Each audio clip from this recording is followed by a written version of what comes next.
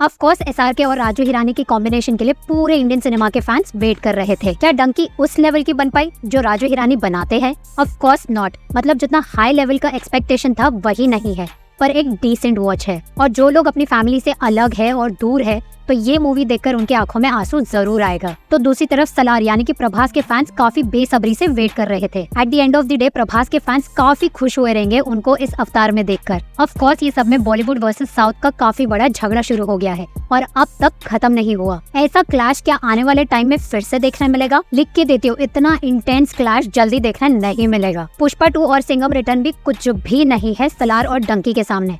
कौन कौन इस बात से अग्री करता है कमेंट करना। प्रभास और शाहरुख खान की बात ही कुछ अलग है बॉस। एनीवेज अब देखते हैं सलार डे 13 और डंकी डे 14 का बॉक्स ऑफिस कलेक्शन का अर्ली एस्टिमेट आ गया है। तो देखते हैं कि ये दोनों मूवीज ने कल कितना कलेक्शन किया है और साथ ही देखेंगे कि ऑक्यूपेंसी में जंप आया है या ड्रॉप हुआ है। तो सबसे पहले देखते हैं सलार का तेलुगु ऑक्यूपेंसी। तो मॉर्निंग में था 16%, आफ्टरनून में था 19%, इवनिंग में था 17%, नाइट में था 18%। तो इसका ओवरऑल ऑक्यूपेंसी था 18%। अब तेलुगु में तो इसका ऑक्यूपेंसी ठीक था। अब देखते हैं कि हिंदी लैंग्वेज में इससे ज्यादा है या कम। तो हिंदी लैंग्वेज में ऑक्यूपेंसी था मॉर्निंग में 8%, आफ्टरनून में था 14%, इवनिंग में था 14%, नाइट में था 18%। तो ओवरऑल हिंदी ऑक्यूपेंसी इसका था 14%।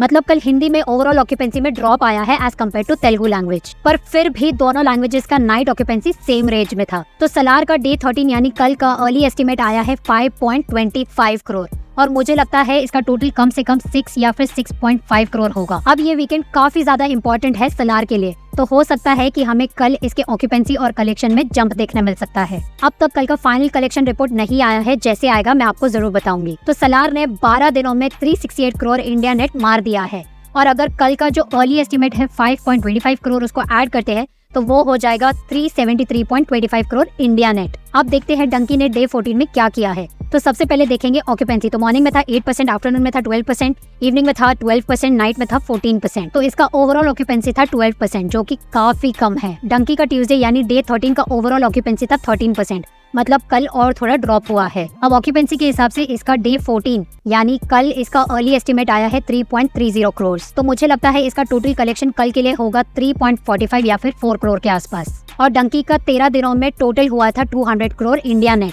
और अगर कल का आप 3.30 करोड़ ऐड करते हो तो वो हो जाएगा 203 करोड़ इंडिया नेट। जो भी हो, आई जस्ट वांट कि डंकी 500 करोड़ करे वर्ल्ड वाइड, जो अभी भी पॉसिबल है, और सलार 800 करोड़। तो आपको क्या लगता है, ये पॉसिबल है? मुझे कमेंट करके बताओ। वीडियो अच्छा लगा हो तो एक लाइक बनता है और वो घंटी दबाना मत भूलना ताकि मेरे वीडियो सबसे मिस ना हो। Thank you.